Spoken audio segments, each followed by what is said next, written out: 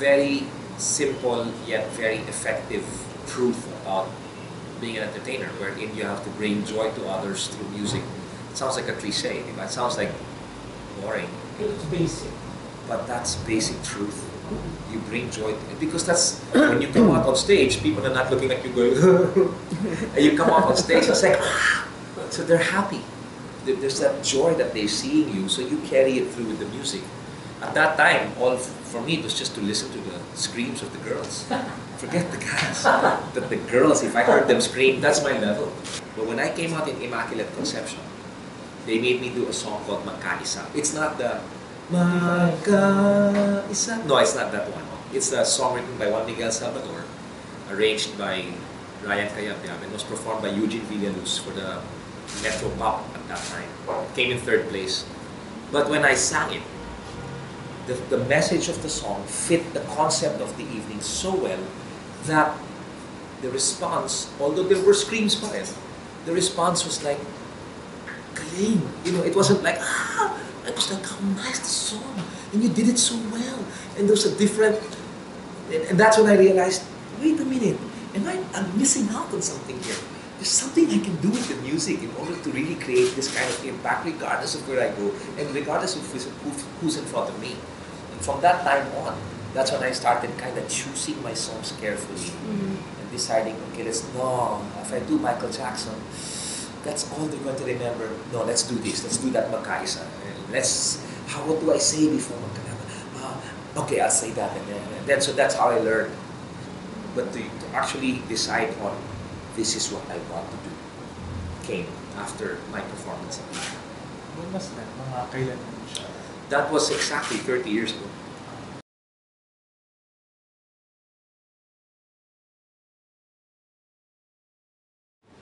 The turning point was after my first concert, because Angeli was pregnant. So it was a big scandal. That was my introduction to the industry, because I was barely a year old and suddenly unwed father, who would it be? The Araneta concert. At that time, I remember press media, and Angeli was pregnant.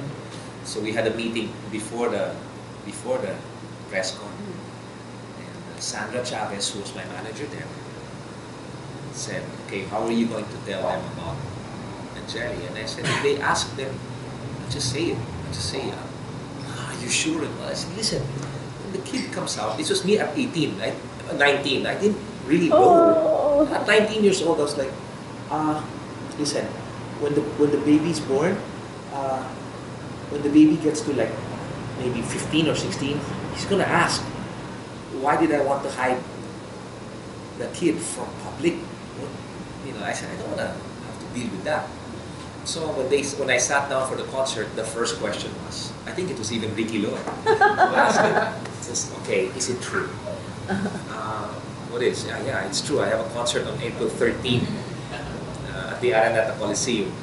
No, we want to know, is it true that you will be the unwed father? Because the first news that came out was in a tabloid, and it said, unwed father, who will it be?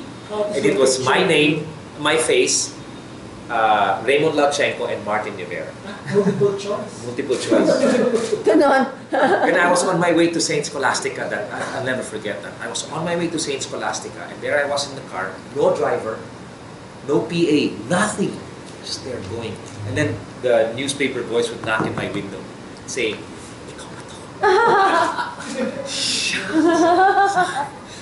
Then I went to Saint Sco.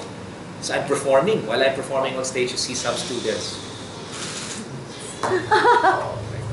And you know, that's when I first encountered my severe hypoglycemic attack, because I was just too tense. I told my team, I said, let's make the concert like the decision, the tipping point, wherein kung marami tao, then that means I still have a career. Kung wala, it's clear. Then we just go. If we lose money, then we just go. Now, I didn't say it that way. I was young, so I probably said, if there's people, then that means, you know, I have something. But if there's nobody, I'll just go. I'll just go back to the States. So Gina came in after the prayer. Gina came in, crying. I said, what's wrong? There's nobody. It's sold out. So I remember going up, the entrance was from the bleachers, and there was a V, and a ramp that went down from the bleachers. That's where I came from. But it was all dark. So when I was walking up, I had never been to the Araneta Coliseum, and it's full packed. So, and for me, so I was going up and I could hear people screams here, screams there, the same screams that I would hear before. Then when the music started,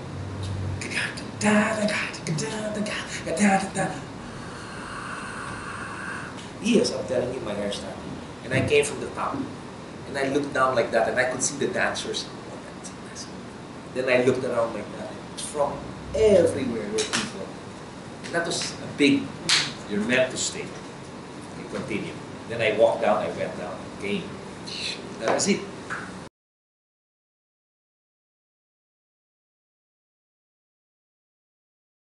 I go and play golf in Hacienda Luisita. And after the first 9 holes, this lady comes up and says, Mr. Valenciano, this is Aquino. This was in 2001, 2000. This is Aquino, this in the, near the soon-to-be open museum of Ninoy. But it wasn't open to the public yet. So I said, oh, that's the one there in the entrance. She goes, yes, she wants to see you, Sana. Oh, sige, sige, I just finished this one with my friends and then we go. So me and my 2 friends went to the museum. She came in after a while. She asked me, did you see the big mural of Ninoy outside? I said, yes, ma'am. Yes, Mrs. President. I was calling my excuse. Just call me Tita Cory. Okay, yes, Tita Cory. I saw that big mural outside. Have you seen the other things? I said, actually, no, we're just here, just waiting for you. Oh, you have time? I'll show you. You know, for the next 2.5 hours. Tour.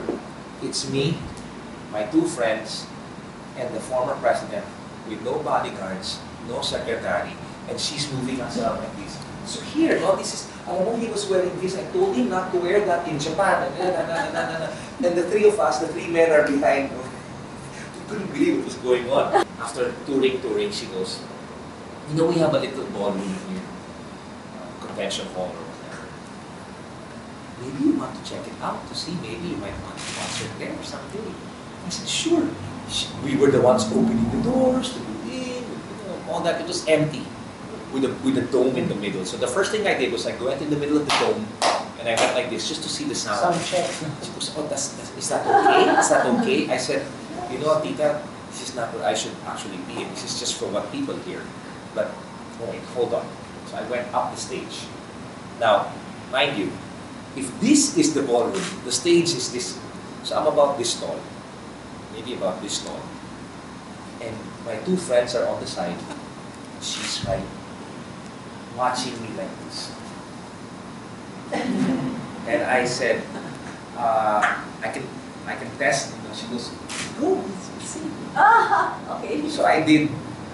Tomorrow morning if you wake and the sun does not appear, I will be here. The whole song. So it was just me performing for the former president of the Philippines. But this was a moment for me because she was the only one. There was nobody was taking pictures, there was nobody. It was just me and her and my 2 friends. Then when we got back into the car, we were like, Did that happen? what just happened? Totoo ba yun? We were quiet lang in the car going back. I cannot believe this.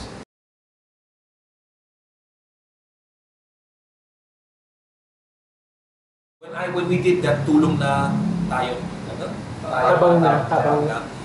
there was one thing that they told me, that UNICEF told me, that I've never heard anyone tell me.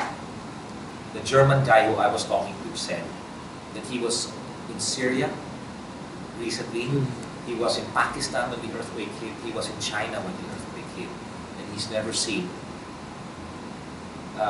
people like the Filipino who are so demonstrative in their way of thanking you, and they're apologetic pa, because parang they feel bad na they can't take you to their home. Di ba? It's usually that. We'll take you to our home, but their houses are all washed up by the beach. But that's where the tourist attraction is, so they're saying sorry for that. And the smiles. People, we've heard about the smile, but this was from a German guy saying, there's something about this smile. It's like it's like a glimmer of hope in one of these things. So I said, well, thank you. I'm glad you noticed that. And then they wanted me to give a speech to all of the UNICEF people who were there. Then, okay, and then we said a little prayer, then time to eat. So while they were going to get their food, the German guy comes up to me and goes, you know, I'm leaving on Tuesday. I'm heading back to, I don't know if it was Germany or what, but I need to tell you one thing. I just want to congratulate you. And I said, congratulate me for what? Just for being Filipino.